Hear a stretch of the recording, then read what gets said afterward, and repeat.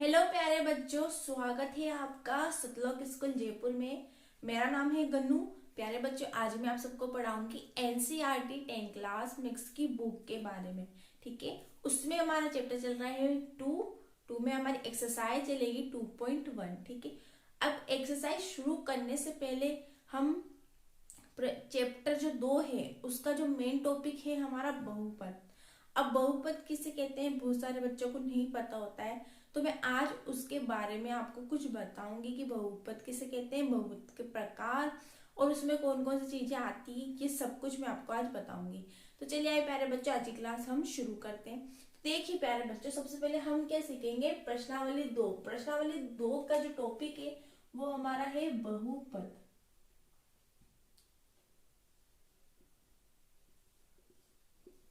ठीक है, अब बहुपद किसे कहते हैं प्यारे बच्चों, यहाँ देखिए क्या करेंगे हम। बहुपद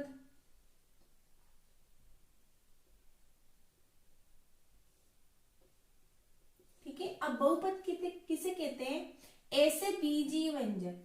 अब बीजीय व्यंजक कौन कौन से होते हैं, पहले आप डेफिनेशन देखिए फिर मैं आपको बताऊंगी।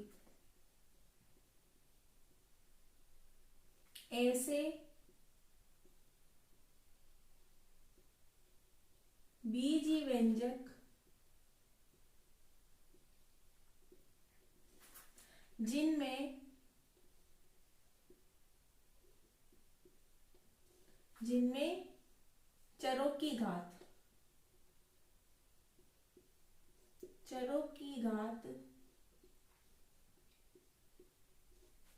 क्या हो, पूर्ण संख्या हो। पूर्ण संख्या हो, ठीक है, उसे हम क्या कहेंगे, बहुपद। उसे हम बहुपद कहते हैं।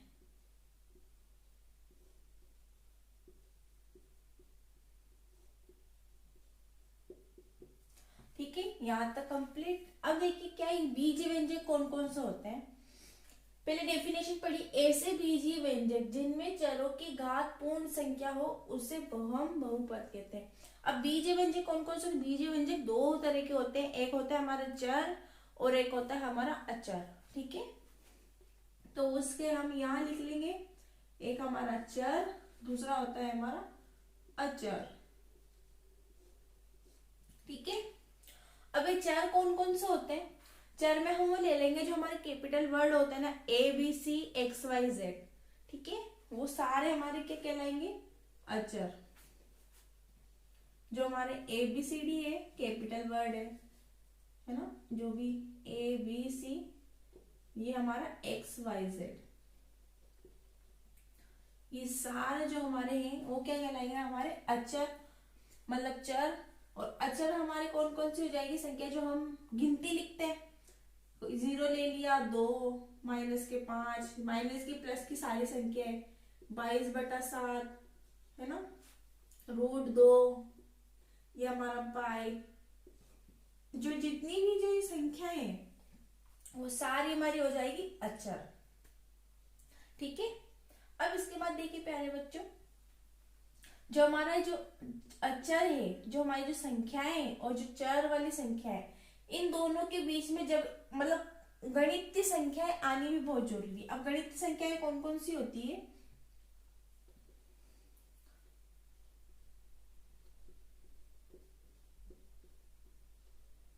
गणितीय संख्याएं कौन कौन सी होती है हमारी, एक तो प्लस, माइनस, इंटू और हमारा भागफल।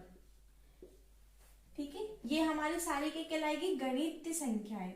जब ये सारी संख्याएं जब ये मिलती है, इसका जो गोल है, सारों को हम जो जोड़ते हैं तो ये क्या पूरा बन के क्या होता है, हमारा किसका निर्माण करता है, बहुपद का। किसका निर्माण करता है, बहुपद का। जो ये सारी संख्याएं होती है ना, ये सब कुछ आता है तो किसका निर्माण होता है, बहुपद का। अब पढ़िए, ऐसे बीजीय व्यंजक, ये बीजीय व्यंजक जिनमें चरों की घात एक पूर्ण संख्या हो जिससे बहुपद कहते हैं। हम एक एग्जाम्पल ले लेंगे। देखिए प्यारे बच्चों, हम एक एग्जांपल लेंगे x+1। अब मैं ये पूछूं क्या ये एक बीजीय व्यंजक है, तो हाँ ये एक बीजीय व्यंजक है। किस प्रकार से, क्योंकि इसमें अचर भी है। अब जैसे ये x है, x के ऊपर कोई संख्या नहीं दी होती तो हम इसकी वैल्यू 1 मानते हैं, 1 मानते हैं ना। इसी तरह x की घात क्या हो जाएगी 1+1, तो इसकी घात के सदैव क्या होनी चाहिए, पूर्ण संख्या होनी चाहिए, तो ये पूर्ण संख्या 1 आती है। अब जैसे पूर्ण संख्या मैंने आपको बताया था, पूर्ण संख्या स्टार्ट कहाँ से होता है, 0 से, तो 0 1 2 3 और ये हमारी अनंत संख्याएं जाती है, मतलब अनंत तक जा रही है ना। तो इसी तरह ले लेंगे हम x की घात 1+1, ठीक है, ये भी हमारी क्या कहलाएगी, बीजीय व्यंजक है। इसी तरह हम और उदाहरण ले लेंगे, 2x² + 3x 16, क्योंकि क्या ये एक बीजीय व्यंजक संख्या है, ठीक है। तो कैसे पता चलेगा, क्योंकि 2x बीच में इनटू भी आ रहा है, इसकी क्या होनी है, जो हमारे बीजीय व्यंजक है उसकी घात हमेशा क्या होनी चाहिए, पूर्ण संख्या होनी चाहिए। अभी 2 है तो 2 एक पूर्ण संख्या है। अभी 3x ले लीजिए, 3 और x के बीच में इंटू है +16, तो ये क्या कहलाएगी, ये हमारी बहुपद संख्या कहलाएगी, क्योंकि एक बीजीय व्यंजक, इसमें सारी संख्याएं मिक्स है। इसी तरह हम और उदाहरण ले लेंगे, जैसे कहीं कहीं पे आपने देखा होगा x की घात 0+1 भी होता है, कहीं पे कोई संख्या नहीं दी होती तो हम x की घात 0 भी रख के चलते हैं, या x की घात इंटू 1।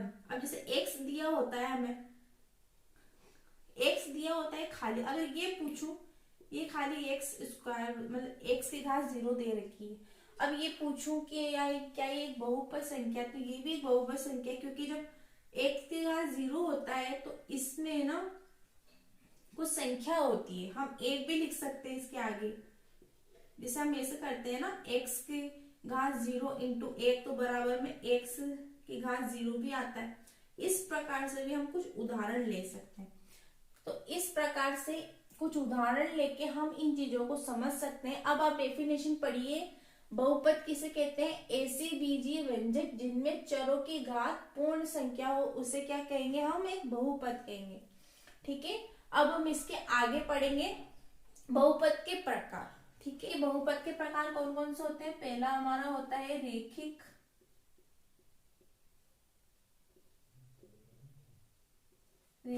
बहुपद, ठीक है। दूसरा हमारा होगा द्विघात बहुपद,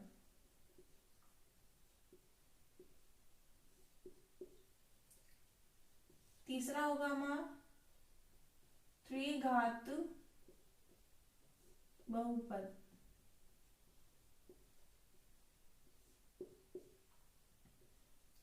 चौथा हमारा होगा शून्यक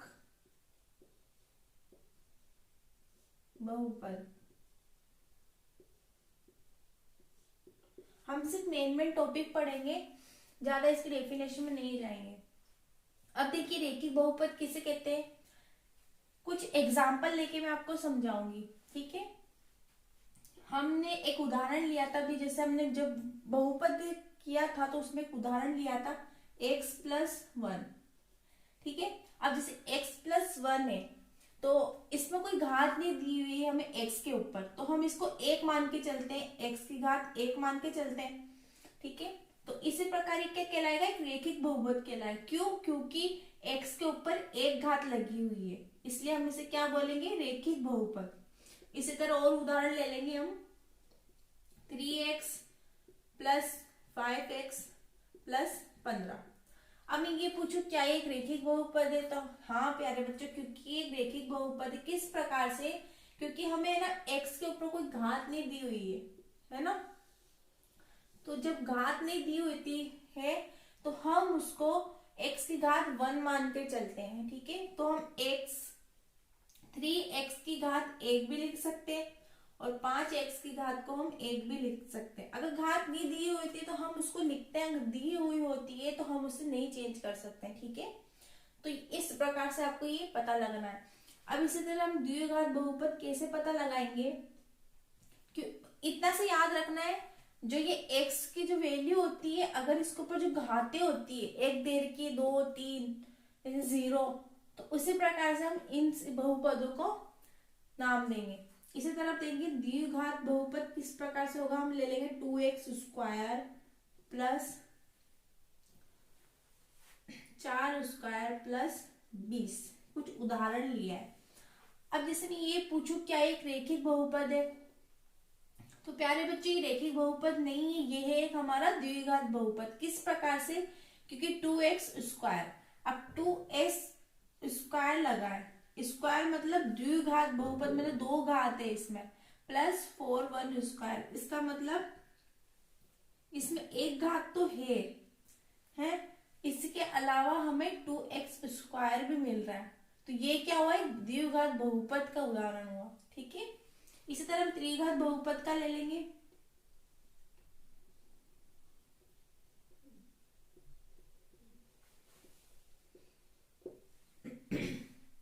ठीक है, त्रिघात बहुपद किस प्रकार से हुआ, यहाँ देखिए 3x³ हो रही है, मतलब त्रिघात बहुपद लग रहा है। ठीक है, 3x³ प्लस 6x² प्लस 18, तो इसमें कैसे पता हुआ, क्योंकि त्रिघात मतलब जो x की घात है वो हमारे यहाँ 3 लग रही है, उसके बाद 2 लग रही है, उसके बाद भी लगे तो लगे, पर सबसे ज्यादा घात कौन सी है, 3, तो 3 कौन सा बहुपद कहलाएगा, त्रिघात बहुपद। ठीक है, अब हम शून्य का उदाहरण ले लेंगे। मैंने अभी आपको बताया था जब किसी की वैल्यू x की वैल्यू नहीं दी होती है तो हम उसको मतलब 1 मान के चलते हैं। अगर वैल्यू दी होती, कहीं कहीं पे लिखा होता है ना x की घात 0, अब x की घात 0, तो इसमें कुछ संख्याएं भी होती है, हम करते हैं ना, जैसे x × 1 तो बराबर में x निकलता है, इसी तरह x की घात 0 इंटू अगर 1 से करेंगे तो x की घात 0 ही निकलेगा, है ना। ये भी इसका कुछ उदाहरण, तो कैसे पता चलेगा कि x की घात हमें 0 दी हुई होगी, शून्य दिया होगा, तो ये हमारी कौन सा बहुपद कहलाएगा, शून्य बहुपद। ठीक है, ये कुछ उदाहरण है। इस प्रकार से आपको डेफिनेशन नहीं पढ़ना है, आपको सिर्फ मेन जो टॉपिक है वो चीजें देखना है, तो इस प्रकार से आपको ये सब चीजें समझ में भी आ जाएगी। ठीक है, अब हम इनका सीखेंगे बहुपद के शून्यक के बारे में। ठीक है, अब देखिए प्यारे बच्चों, हम पढ़ेंगे बहुपद के शून्यांक। ठीक है, यहां देखिए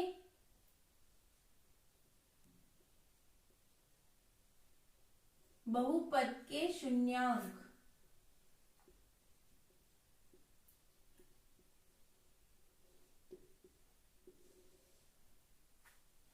अब बहुपद के शून्यांक में क्या होगा, डेफिनेशन क्या होगी, चरों का वह मान। ठीक है, चरों का वह मान जिस पर क्या हो, जो बहुपद है, बहुपद की वैल्यू क्या हो जाए, 0 हो। ठीक है, अब पढ़िए बहुपद के शून्यांक चरों का वह मान जिस पर बहुपद की वैल्यू क्या हो जाए, 0 हो जाए, शून्य हो जाए। ठीक है, इसमें कुछ उदाहरण ले लेंगे, हम ले लेंगे 5x - 5 हमें दिए होता है ना, तो हमें क्या करना होता है, जब ये कोई समीकरण दी होती है तो हमें बहुपद के शून्यांक ज्ञात करने के लिए हम क्या करते हैं, जो समीकरण देते हैं इसको हम 0 रख के चल लेते हैं, इसके आगे क्या रख लेंगे हम, 0। अब इसे सॉल्व करना होता है, क्या निकलेगा, हम जब 5 माइनस का 5 हम उधर भेजे किसमें चले जाएगा, प्लस में, तो हमारे क्या बचेगा, x बराबर 5, ये इंटू का उठ के इधर किसमें चले जाएगा, भाग में, तो 5 से 5 कटेगा, हमारा बचेगा 1। अब x बराबर 1 कब आया, जब हमने 0 रखा, जो हमारा बहुपद है इसको हमने क्या रखा, 0 रखा, तब हमारा आंसर क्या आया है, 1 आया है।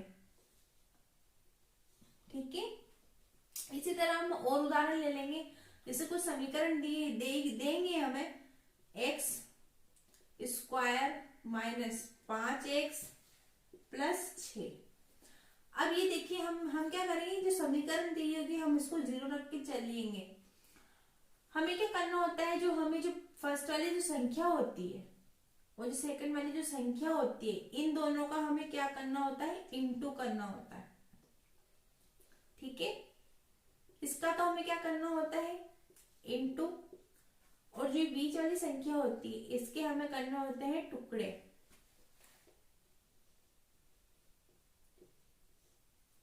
अब टुकड़े भी इस प्रकार करने हैं, जब हम इस संख्या को इससे इंटू करेंगे तो हमारा जो 6x² आएगा। अब 6x² का इंटू करना है, ऐसे टुकड़े करने हैं कि जब हम इसे इंटू करें तो हमारा 6x² आ जाए, और अगर हम इसको माइनस से जोड़े तो हमारा -5x आ जाए। तो ऐसी कोई संख्या सोचनी है, ऐसे करेंगे जैसे हम ले लेंगे 2 और 3। अब माइनस दे रखा तो माइनस माइनस जुड़ता है, माइनस माइनस जुड़ के -2 और 3 हमारा होता है 5। ठीक है, और अगर हम इसे इंटू करते हैं तो माइनस इंटू माइनस हमारा होएगा प्लस, है ना, मैंने आपको बताया था माइनस इंटू माइनस हमारा होता है प्लस, और 3 को अगर 2 से इंटू करेंगे तो हमारा आएगा 6। तो 6 क्या आएगा हमारा प्लस का। तो इसके जो टुकड़े होंगे वो किस प्रकार होंगे हमारे, x² माइनस के 2x माइनस के 3x प्लस 6। ठीक है, इस प्रकार से आप टुकड़े कर सकते हैं। अब देखिए इसको कैसे सॉल्व करना है। अब हमें क्या करना है, 2 के जोड़े बनाने, इन 2 का जोड़ा बनाना है, इन 2 का जोड़ा बनाना है। इनमें जो कॉमन संख्या उसको हम बाहर ले लेंगे। इसमें कॉमन क्या है, x, तो x हम बाहर ले लेंगे, एक बचा x हमने बाहर ले लिया, अंदर बचा है -2। ठीक है, अब यहाँ देखिए हम ले लेंगे -3 बचा x। ठीक है, अब यहाँ हम ले लेंगे -2। हमें क्या करना है, जो सेम संख्या फर्स्ट में जो कोष्टक में आ रही है वही संख्या इसमें भी आनी चाहिए। ठीक है, अब हम ले लेंगे जो बच रही है सेम संख्या को हम एक बार लिख लेंगे, x -2। अब बाहर वाली संख्या हम यहाँ ले लेंगे x -3। ठीक है, अब हम क्या करेंगे, जो ये हमारा संख्या है इसको हम 0 रखते हुए चलेंगे। जैसे हमारा 1 आया है x -2 और हमारा है x -3, इसकी वैल्यू हम क्या रख लेंगे 0, इसकी भी हम रख लेंगे 0। इसे सोल्व करना है। जब हम 0 यहाँ भेजेंगे उठ के -2 किस में चला जाएगा, प्लस में, तो हमारा आएगा x = 2, फिर हमारा आएगा x = 3। तो हमने क्या किया है, हमने निकाला है चरों की वह मान जिस पर बहुपद की वैल्यू 0 हो जाए। हमने मान 0 रखते हुए चला था और हमने इनके बीच की संख्या के टुकड़े करते हुए हमने यहाँ के आंसर निकाले थे। ठीक है, इस प्रकार से आपको ये क्वेश्चन करना है। इसी तरह हम और भी करेंगे, बहुपद के जो ज्यामिति है, एक ग्राफ देते हैं हमें, उस ग्राफ की मदद से हमें उनको दर्शाना होता है। ठीक है, अब वो किस प्रकार से होगा वो भी मैं आपको बताऊंगी। ठीक है प्यारे बच्चों, अब देखिए प्यारे बच्चों, यहाँ पे हम सीखेंगे बहुपद के ज्यामिति अर्थ।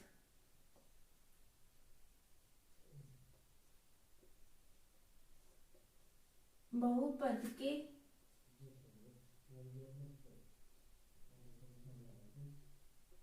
ज्यामिति अर्थ। ठीक है, इसमें क्या होगा, इसमें हम मतलब ग्राफ दिया होता है, उस एक ग्राफ देंगे हमें। पहले हमें कुछ क्वेश्चन दिया होगा, हमें दिया होगा 5x - 5।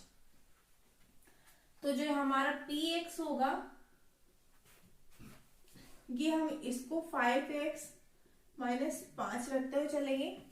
हमें दिया होगा तो हमें क्या करना है, हमने किया था जो हमारा बहुपद के शून्यांक निकालने होते हैं, तो उसके लिए क्या करते हैं, हम इसको 0 रखते हुए चलते हैं। अब इसे सॉल्व करना है। हमने क्या किया, जो x का जो हमने वैल्यू रखा है वो रखा है हमने 0।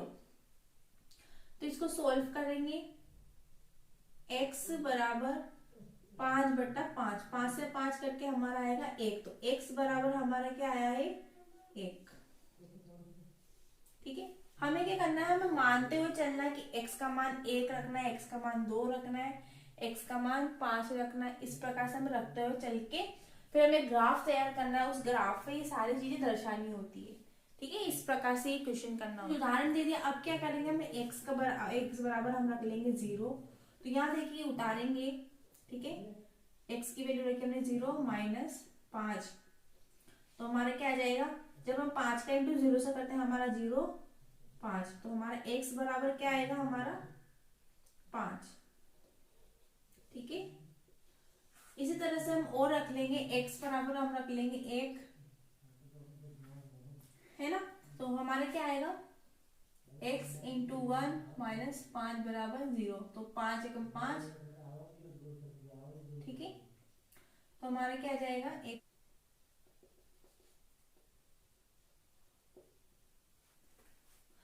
हमें ग्राफ तैयार करना है, तो हम इसको लिख लेंगे यहाँ पे, x की वैल्यू सबसे पहले हमने क्या रखी थी 0, 0 रखने पर हमारा आया था 5, 1 रखा, उसके बाद हमारा क्या आया है 1 रखने पर हमारा आया है 0, ठीक है। इसके आगे हम और रख लेंगे, हम 2 रख लेंगे, x बराबर 2 रखेंगे, तो x इंटू 2 -5 बराबर 0, 10 माइनस इसमें माइनस कर हमारा आएगा 5, जब हमने 2 रखा तो हमारे x की वैल्यू क्या आएगी 5, ठीक है। y की जगह हम रख लेंगे जो हमें बहुपद दे रखा है x -5। अब इसको क्या करना है, हमें ग्राफ की तरह ग्राफ से दर्शाना है। जो ग्राफ का जो बीच की जो संख्या होती है उसे हम शून्य लेके चलते हैं, जो हमारी जो सीधी रेखा होती है उसको हम y लेते हुए चलते हैं, हमारी जो सीधी रेखा ये होती है जो हम इसे x लेके चलते हैं। हमारे कहाँ तक संख्या लास्ट है 5 तक, तो हम 5 संख्या रख लेंगे, ये संख्या हमारी प्लस कहलाती है, इधर उधर वाली संख्या प्लस कहलाती है, इधर वाली माइनस कहलाती है, मैंने आपको बताया था पूर्ण संख्याएं में, ठीक है। तो हम इसको 1 2 3 4 5, इसी तरह हम यहाँ ले लेंगे -1 -2 -3 -4 -5, यहाँ ले लेंगे 1 2 3 4 5, -1 -2 -3 -4 -5, ठीक है। ये जो हमारी जो संख्याएं निकली थी हम इसको ग्राफ पे कैसे हमें x की वैल्यू दे रही है x है ना, x का हमें क्या दे रखा है 0 0 यहाँ पे, ठीक है। हमारा जो 5x -5 था -5, तो -5 यहाँ है तो हम बिंदु 1 यहाँ लगा दें, इसको हम दर्शाएंगे 0 -5, ठीक है। इसी तरह आगे चलिए, x का हमें दे रखा है 1, हमारी वैल्यू है 0, तो यहाँ पे दर्शा लेंगे हम, क्या आएगा हमारा 1 -0। इसी तरह हम 2 पे आ जाएंगे, 2 यहाँ है, हमारी जो संख्या है वो हमारी 5 है, तो हम इसकी वैल्यू यहाँ लिख लेंगे, हमारा आ जाएगा 2,5। फिर हमें क्या करना होता है, जो ये ग्राफ दिया होता है इसको हम इस कोने से मिलाना होता है, इस प्रकार से आपको ये मिलाते हुए चलना है। जब आप इसे स्केल की सहायता से मिलाओगे तो ये एक सीधी रेखा निकलेगी, ठीक है, ये आपकी एक सीधी रेखा निकलेगी। तो इस प्रकार से आपको दर्शाना होगा और हमें कुछ चीजें दी होगी, इसके अलावा और चीजें दी होगी, आपको पूछा जाएगा कि x की संख्या कहाँ कहाँ पे, x का शून्यांक कौन कौन सा है। आपको जैसे ग्राफ में ऐसे दिया होगा, जैसे ग्राफ दिया होगा तो हमें कुछ ऐसी कुछ घुमावदार रेखा दी होगी, कोई ऐसी दी होगी, कोई ऐसी दी होगी, तो हमें इनके बताने किस प्रकार से बताएंगे। जो x की जो रेखा होगी इस पे जो शून्यांक होंगे हमें 1 2 3, इसके कितने हैं 3, किस प्रकार से, क्योंकि जो रेखा है x को कितनी बार टच कर रही है हमें ये बताना होगा, तो इसके x के शून्यांक हमें इस प्रकार से बताने होंगे। जो हमारी प्रश्नावली 1.2 है वो पूरी इस ग्राफ के ऊपर ही डिपेंडेंट है। ठीक है प्यारे बच्चों, आज की क्लास यही समाप्त होती है। आई होप आप ये सब कुछ समझ में आए, सब कुछ टॉपिक अच्छा लगा हो। अगर आपको इस टॉपिक में कहीं भी दिक्कत आ रही है तो आप मुझे कमेंट कर कर भी बता सकते हैं। और अगर आपको मेरी पहले वाली वीडियो देखनी हो, मेरी लिंक डिस्क्रिप्शन बॉक्स में दे दूंगी, आप वहां जाकर मेरी पहले वाली वीडियो जरूर देख लीजिएगा, ठीक है। और अगर आपको ये क्लास अच्छी लगे तो आप इस चैनल को लाइक करें, शेयर करें, कमेंट करें और इस चैनल को सब्सक्राइब भी जरूर करें। हम अब अपनी नेक्स्ट वाली वीडियो में इसकी जो प्रश्नावली है 2.1 उसके बारे में हम क्वेश्चन सॉल्व करेंगे, ठीक है प्यारे बच्चों। जब तक के लिए थैंक यू, धन्यवाद।